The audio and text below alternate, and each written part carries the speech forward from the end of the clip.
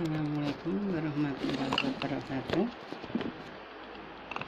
Anak-anakku sekalian, pada pertemuan kali ini kita akan membahas bab 2, sistem dan struktur politik masa demokrasi liberal atau masa kabinet parlementer. Anak-anakku sekalian, kelas 12 yang berbahagia bersama keluarga, pada bab 2 ini indikator yang kita pelajari adalah peristiwa pasca proklamasi kemerdekaan RI dan kehidupan politik awal kemerdekaan sampai masa demokrasi liberal. Anak-anakku, kompetensi dasar ini yang kita akan capai, utama perkembangan politik pada masa demokrasi liberal. Anak-anakku, bagaimanakah kondisi politik Indonesia pada awal kemerdekaan Indonesia? Kondisi politik pada awal kemerdekaan ini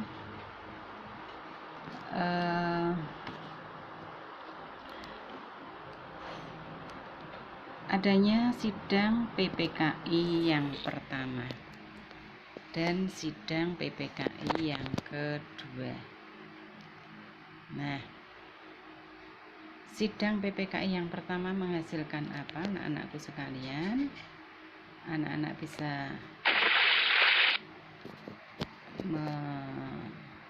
melihatnya, yaitu bidang politik yang tengah mengesahkan Undang-Undang Dasar 45, memilih presiden, wakil presiden, pembentukan kabinet, pembentukan partai politik, pembentukan pemerintah daerah, pembentukan badan negara, dan sistem pemerintahan.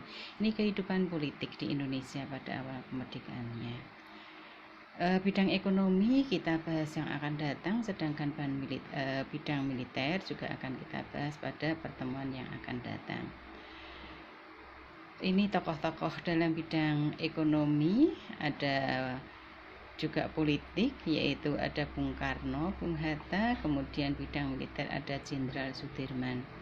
Anak-anak, bidang politik pada sistem pemerintahan atau birokrasi, pada sidang PPKI yang pertama, tanggal 18 Agustus 45, pas hari ini juga tanggal 18 Agustus tahun 2020, 75 tahun yang lalu, seperti kemarin kita sudah mengikuti upacara secara virtual karena pandemi lewat media televisi. 75 tahun yang lalu, pas 18 Agustus tahun 45, sidang PPKI pertama berlangsung menghasilkan 3 keputusan. Yang pertama, mengangkat presiden dan wakil presiden Indonesia, yaitu Insinyur Soekarno dan Dr. Andes Muhammad Hatta. Ini atas usul Mr. Otto Iskandar Dinata. Kemudian yang kedua, menetapkan dan mengesahkan UUD 45. Yang ketiga, membentuk Komite Nasional. Komite Nasional ini siapa ketuanya, anak-anakku sekalian? Yaitu Kasman Singodimedjo. Fungsinya adalah sebagai lembaga legislatif sebelum MPR terbentuk dan mengesahkan GBHN. Kemudian hari berikutnya tanggal 19 Agustus 45 dilakukan sidang PPKI yang kedua. Apa hasilnya? Yaitu membagi wilayah Indonesia menjadi 8 provinsi dan menunjuk gubernur-gubernurnya, dan 2 daerah istimewa, yaitu Surakarta dengan Sri Susunan Pakubuwono XII dan Yogyakarta dengan Sultan Hamengkubuwono IX. Kita berlanjut, anak-anakku sekalian. 8 provinsi, anak-anak bisa baca sendiri berikut siapa gubernur yang dipilih, ditunjuk, dilantik oleh Presiden Soekarno. Kemudian anak-anakku sekalian, juga dalam sidang 19 Agustus 45 menghasilkan pemerintah atau PPKI dalam hal ini membentuk 12 departemen, 4 menteri negara, 2 pejabat negara, departemennya itu apa saja, dan siapa saja yang diangkat menjadi menteri-menterinya. Anak-anak bisa lihat di buku paket sejarah kelas 12 atau browsing ya. Silahkan anak-anak untuk searchingnya ya. Sistem pemerintahan di Indonesia. Sistem pemerintahan di Indonesia saat Indonesia merdeka sesuai dengan Undang-Undang Dasar 45 adalah presidensil. Apa itu presidensil? Dari kata presiden, bahwa presiden sebagai kepala negara sekaligus sebagai kepala pemerintahan. Anak-anakku sekalian, saat ini sistem pemerintahan Indonesia apa anak-anakku? Jokowi itu sekarang sebagai menggunakan sistem pemerintahan apa? Yaitu presidensil, sehingga presiden sebagai kepala negara sekaligus kepala pemerintahan. Begitu, Jokowi kepala negara sekaligus juga kepala negara. Namun kita lihat anak-anak, ciri-ciri presidensil itu apa saja? Tadi sudah diungkapkan Bu Tuti. Kita detailkan, yaitu dikepalai oleh presiden selaku pemegang kekuasaan yang dijalankan dengan kedaulatan rakyat. Presiden sebagai kepala negara sekaligus sebagai kepala pemerintahan. Presiden memiliki hak prerogatif, hak istimewa presiden. Menteri-menteri bertanggung jawab kepada presiden, ini di pasal 17 UUD 45. Presiden tidak bertanggung jawab kepada DPR. Menurut 7 kunci pokok pemerintahan Indonesia bahwa presiden dan DPR itu adalah mitra. Maka presiden tidak bisa membubarkan DPR. Sebaliknya DPR tidak bisa menjatuhkan presiden. Kemudian sistem pemerintahan di Indonesia, kabinet pertama yang dibentuk 2 September 45 dengan 12 kementerian tadi. Ini adalah foto Pak Karno beserta menteri-menterinya anak-anak. Tugas anak-anak adalah mencari departemennya apa saja dan menterinya siapa saja. Namun demikian anak-anak, Indonesia memakai sistem presidensial ini berakhir pada November 45, sehingga presidensial hanya berlangsung mulai Agustus sampai November 45, Agustus, September, Oktober, November, 3 bulan setengah. Kenapa? Keluarnya maklumat pemerintah tanggal 14 November 45, di mana sistem presidensial diubah menjadi sistem parlementer. Apa itu sistem parlementer anak-anakku? Sistem parlementer yaitu pemerintahan di mana kekuasaannya DPR, parlemen ini lebih besar daripada kekuasaan eksekutif. Eksekutif yang memegang pemerintahan di sini adalah Perdana Menteri. Maka di sistem parlementer di sini pemerintahannya dipegang ada 2 pemimpinnya. Yang pertama kepala negara dipegang oleh presiden, yang kedua adalah kepala pemerintahan oleh Perdana Menteri. Sehingga ada Perdana Menteri, ada presiden. Perdana Menteri sebagai kepala pemerintahan, presiden sebagai kepala negara.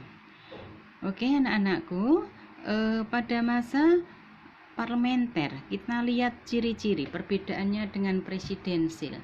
Yang pertama, kekuasaan legislatif atau DPR lebih besar daripada eksekutif. Menteri-menteri atau kabinet bertanggung jawabnya kepada DPR. Yang ketiga, program-program kabinet harus sesuai dengan politik sebagian besar anggota parlemen atau DPR. Presiden kedudukannya sebagai kepala negara hanya sebagai simbol yang tidak dapat diganggu-gugat. Ada Perdana Menteri atau PM sebagai kepala pemerintahan.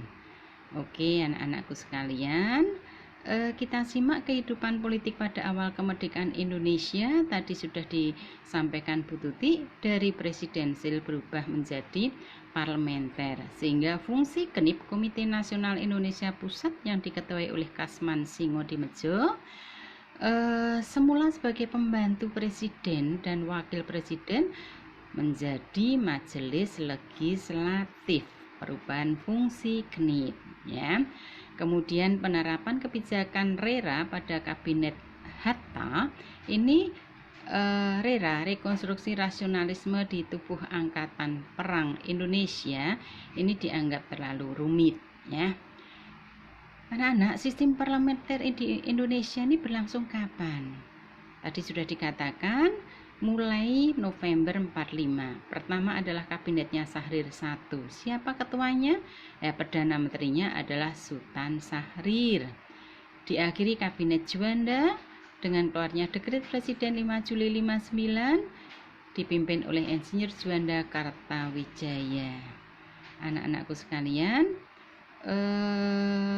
waktu parlementer di Indonesia, kurun waktunya anak-anak bisa baca 45 sampai 49, 49 sampai 50, 17 Agustus 50 sampai keluarnya dekret Presiden 5 Juli 59. Kemudian anak-anakku untuk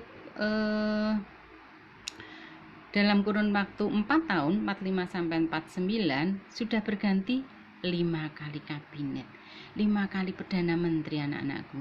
Yang pertama kabinet Syahrir I, kabinet Syahrir II, disambung kabinet Amir Syarifuddin I, Amir Syarifuddin II, dan kabinet Hatta. Oke, kabinet Sultan Syahrir yang pertama Amir Syarifuddin I, dan Amir Syarifuddin II. Anak-anak ingat bahwa Amir Syarifuddin ini adalah menandatangani perjanjian Renville, di mana wilayah Indonesia semakin sempit sehingga kabinet Amir Syarifuddin jatuh, yang digantikan kabinet Hatta. Amir Syarifuddin tidak puas, kemudian berkolaborasi dengan Musso mengadakan pemberontakan PKI di Madiun. Tahun berapa anak-anak? Tahun 48. Kemudian pengganti Amir Syarifuddin adalah kabinet Hatta, Dr. Andes Muhammad Hatta, yang mengadakan RERA. Indonesia pernah melakukan pemerintahan darurat, yaitu kabinet darurat. Kapan ini? Ketika Indonesia diserang oleh Belanda pada agresi militer Belanda kedua.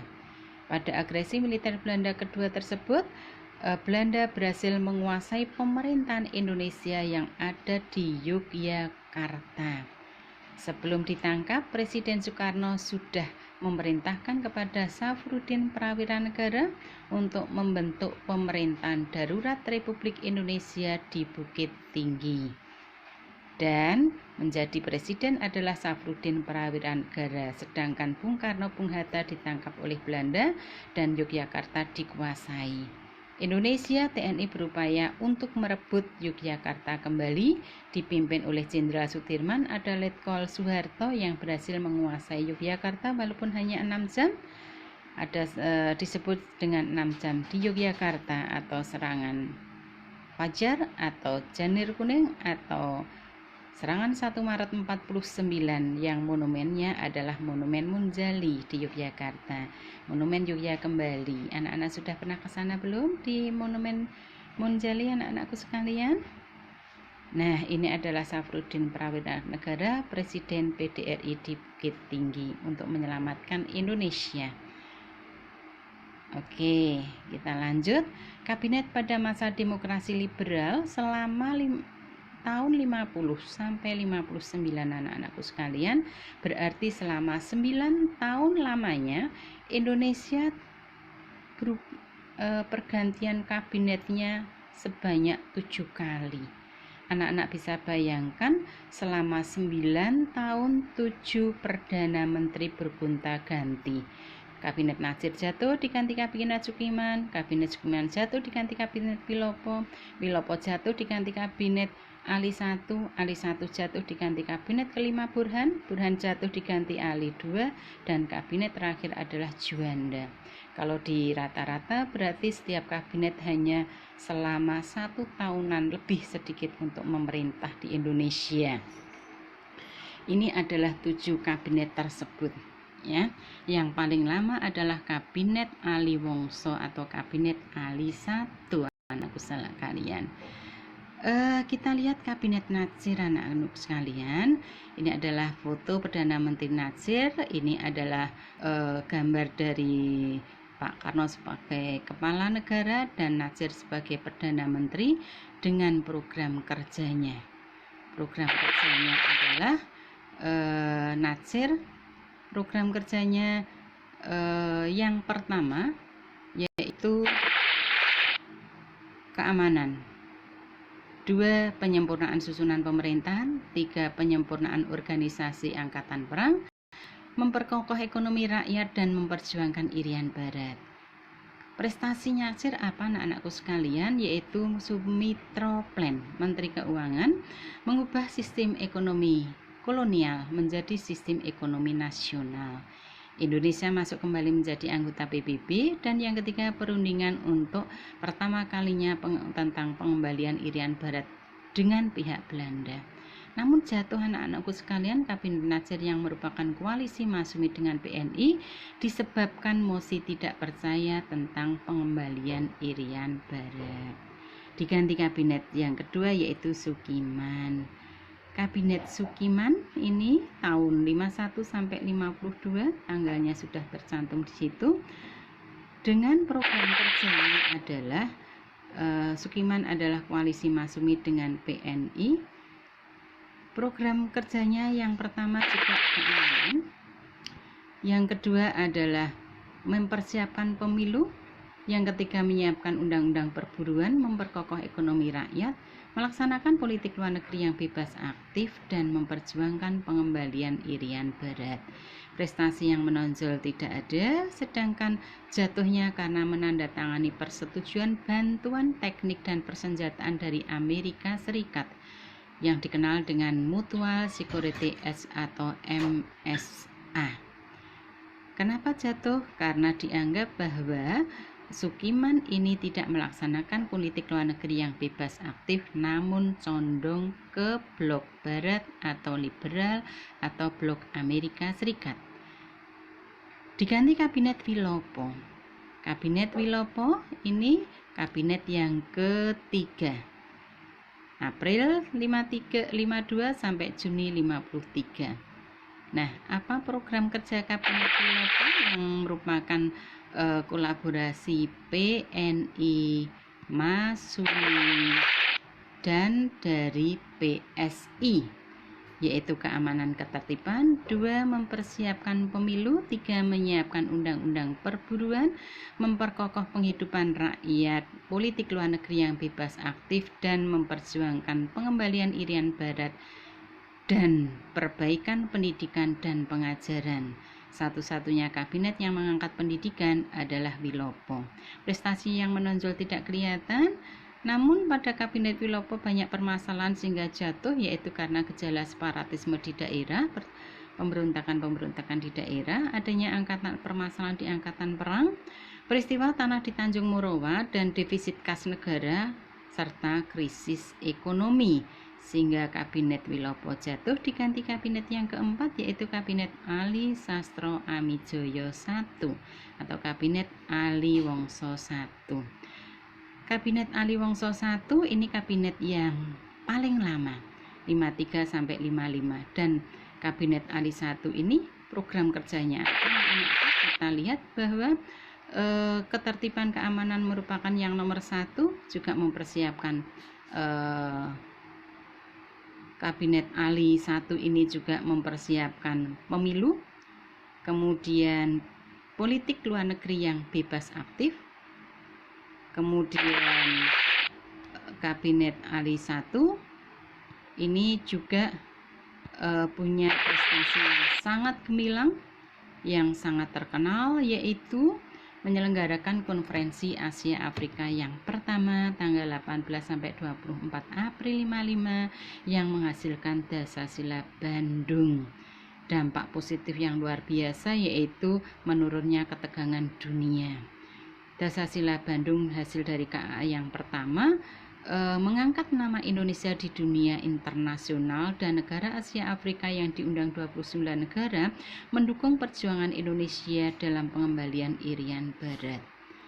Kemudian juga mempersiapkan pemilu yang akan diselenggarakan 29 September 55. Jatuhnya Kabinet Ali I yaitu peristiwa penggantian Angkatan Darat 27 Juni 55, adanya pemberontakan DITI di Jawa Barat, Sulawesi Selatan, dan Aceh, kemudian ekonomi yang memburuk, kemudian memudahnya kepercayaan rakyat kepada pemerintah, konflik antara PNI dan NU sehingga NU menarik menteri-menterinya dari kabinetnya. Sehingga Kabinet Ali yang paling lama 2 tahun ini akhirnya juga jatuh, tetapi sudah membawa Indonesia di kancah internasional yang luar biasa. Kabinet kelima yaitu Kabinet Burhanuddin Harahap 55-56. Kabinet Burhan ini program kerjanya apa sekalian? Burhanuddin Harahap ini juga mempunyai prestasi yang sangat gemilang sekali dengan program kerjanya mengembalikan kewibawaan pemerintah, melaksanakan pemilu, menangani masalah disintegrasi, inflasi, dan pemberantasan korupsi, melaksanakan kerja sama negara Asia Afrika dasarnya adalah politik luar negeri yang bebas aktif dan memperjuangkan pengembalian Irian Barat. Prestasi yang gemilang bahwa Burhanuddin ini berhasil melaksanakan pemilu pertama anak-anakku sekalian tahun 55 untuk memilih anggota DPR dan memilih anggota Dewan Konstituante. Kemudian berhasil menyelesaikan masalah peristiwa 27 Juni 55 dengan mengangkat Kasat baru Kepala Staf Angkatan Darat yang baru yaitu Jenderal Kolonel Abdul Haris Nasution. Juga membubarkan Uni Indonesia Belanda, memberantas korupsi dan terbinanya hubungan baik antara Angkatan Darat dan Burhanuddin Harahap. Burhanuddin Harahap yang 1 tahunan lebih sedikit memerintah ini ternyata juga harus jatuh, harus berganti. Kenapa? Burhanuddin berhasil menyelenggarakan pemilu pertama tahun 55, 2 periode. Namun Burhanuddin tidak mendapatkan dukungan rakyat. Rakyat sedikit yang memilih Burhanuddin Harahap sehingga tidak bisa lagi melanjutkan sebagai Perdana Menteri. Anak-anakku sekalian, pemilu ini berarti program kerja yang sama untuk menyiapkan pemilu ada mulai Kabinet Sukiman, Kabinet Ilopo, Kabinet Ali I, dan Kabinet Burhanuddin Harahap. 4 kabinet dari Sukiman, Wilopo, Ali I mempersiapkan pemilu dan berhasil pada masa Burhanuddin Harahap. Kabinet ke-6 yaitu Kabinet Ali II 56 sampai 57. Kabinet Ali II ini koalisi PNI, Masumi dan NU. Kabinet Ali II ini juga program kerjanya yaitu pembatalan KMP, kerjasama Asia Afrika untuk melaksanakan keputusan KAA di Bandung, Dasar-Sila Bandung, melaksanakan politik luar negeri yang bebas aktif dan memperjuangkan Irian Barat. Sehingga Ali I dan Ali II ini prioritasnya adalah politik luar negeri yang mengangkat nama Indonesia. Maka prestasinya adalah mendapat dukungan penuh dari Presiden sebagai titik tolak periode planning and investment dengan hasil membatalkan seluruh perjanjian KMP. Sehingga Ali I sukses dalam KAA, Ali II sukses membatalkan perjanjian KMP. Namun juga jatuh penyebabnya ditariknya menteri-menteri dari Masyumi, berkobarnya semangat anti Tionghoa di masyarakat, gerakan separatisme dan krisis di berbagai daerah. Karena pemerintah pusat dianggap mengabaikan pembangunan di daerah. Kabinet terakhir anak-anakku sekalian adalah Kabinet Juanda. Kabinet Juanda, Insinyur Juanda. Nama Juanda diabadikan menjadi nama lapangan Lanut di Surabaya. Tahun 57 sampai 59. Program kerjanya apa anak-anakku sekalian? Kabinet Juanda ini program kerjanya ada 5 yang dikenal dengan Pancakarya. Yang pertama membentuk Dewan Nasional, 2 normalisasi keadaan politik, yang ketiga memperjuangkan pengembalian Irian Barat, melaksanakan pembatalan KMP dan mempergiat pembangunan. Anak-anakku sekalian, dari 7 kabinet program kerja yang sama adalah satu yang sama yaitu 7 kabinet pengen mengembalikan Irian Barat ke pangkuan RI, walaupun 7 kabinet belum berhasil. Prestasinya adalah melaksanakan deklarasi Juanda. Apa isinya? Bahwa Juanda ini memperjuangkan wilayah Indonesia, bahwa wilayah Indonesia merupakan wilayah kepulauan yang merupakan satu kesatuan dengan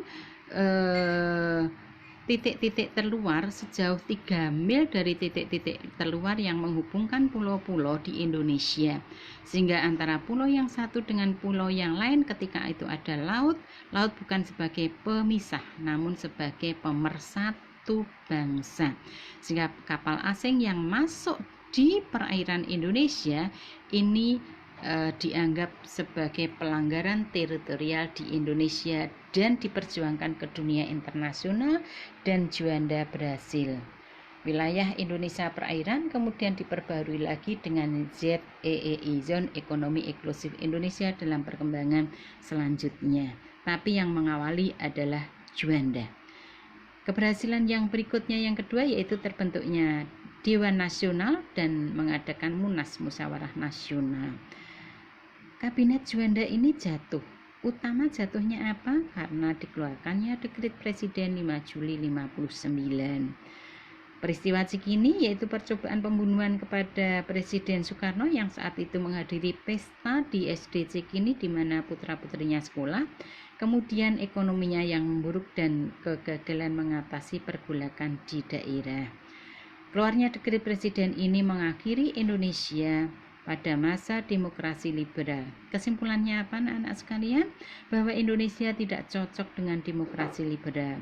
Karena selama Indonesia melaksanakan demokrasi liberal, kabinetnya parlementer, kabinetnya jatuh bangun sehingga tidak terjadi politik yang tidak stabil atau sering dikenal dengan instabilitas politik, instabilitas ekonomi, sosial, dan budaya yang mengakibatkan pembangunan Indonesia tidak berjalan lancar. Maka Dekret Presiden ini mengakhiri demokrasi parlementer dan Indonesia mencoba demokrasi yang baru yaitu demokrasi terpimpin. Anak-anakku sekalian, untuk mengakhiri pertemuan kali ini, anak-anakku sekalian untuk mempelajari demokrasi terpimpin pada pertemuan yang akan datang juga adanya pemilu tahun 55 dan partai politik yang ada di Indonesia. Untuk memperjelas materi ini, anak-anak bisa membaca handout yang sudah disiapkan Bu Tuti di GC. Kemudian juga anak-anak mengerjakan 10 soal multiple choice terkait dengan apa yang sudah disampaikan Bu Tuti, dan anak-anak bisa memperdalam lagi melalui paket sejarah kelas 12. Demikian anakku sekalian, saya akhiri dengan Assalamualaikum warahmatullahi wabarakatuh.